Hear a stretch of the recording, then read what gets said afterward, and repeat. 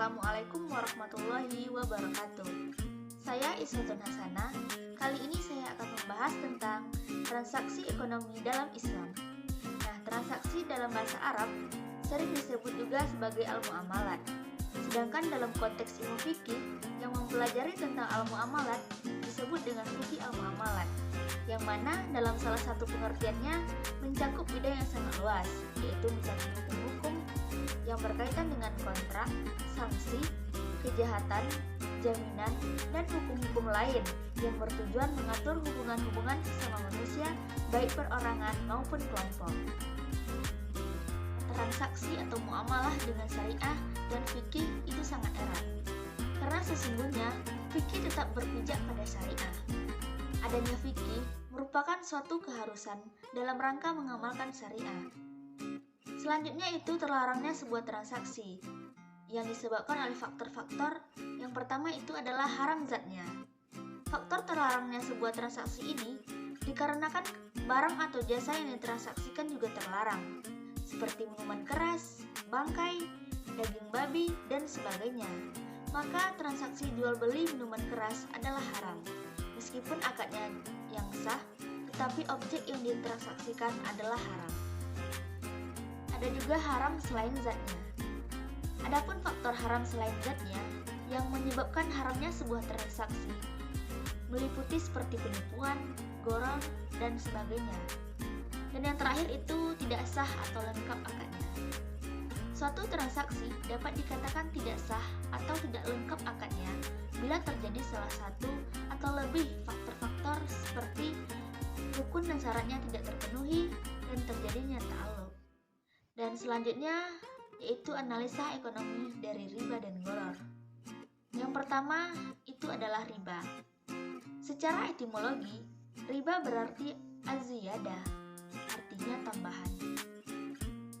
Etimologi yaitu kelebihan atau tambahan pembayaran tanpa ada ganti atau imbalan yang disyaratkan bagi salah seorang dari dua orang yang mempunyai akad atau transaksi.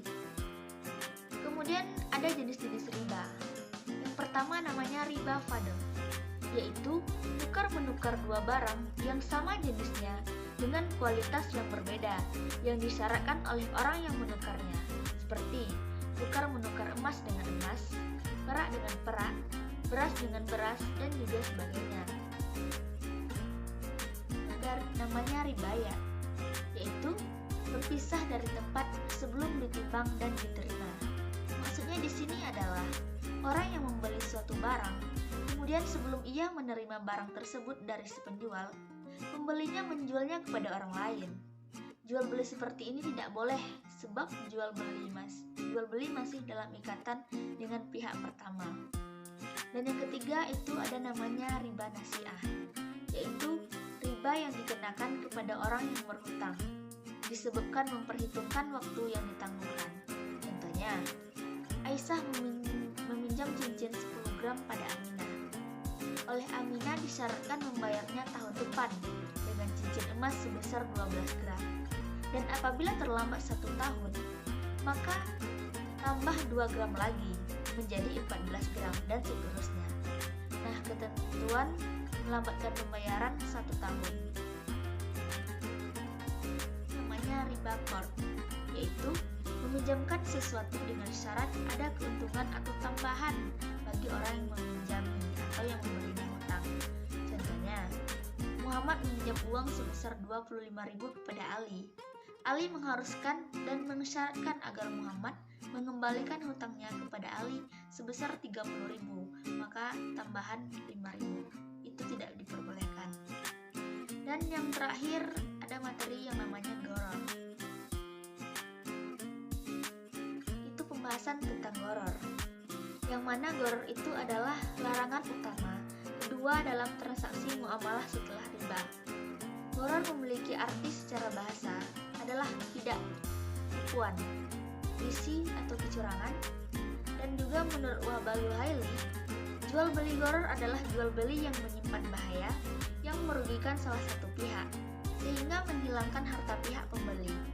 Gharar ini terjadi bila kita memperlakukan sesuatu yang seharusnya bersifat pasti menjadi tidak pasti. Jual beli macam ini tidak diperbolehkan dalam Islam.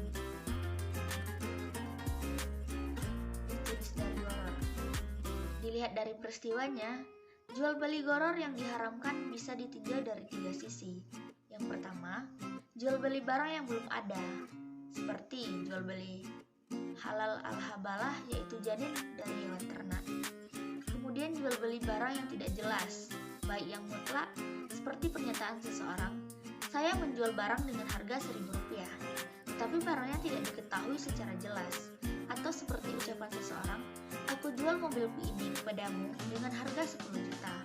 Namun jenis dan sifat-sifatnya tidak jelas, seperti ucapan seseorang, aku jual tanah kepadamu seharga 50 juta, namun ukuran tanahnya tidak diketahui. Ini barang yang tidak mampu diserah terimakan, seperti jual beli budak yang kabur atau jual beli mobil yang dicuri. Ketidakjelasan ini juga terjadi pada harga barang dan pada akad jual beli. Baiklah, sekian penjelasan dari saya. Terima kasih. Assalamualaikum warahmatullahi wabarakatuh.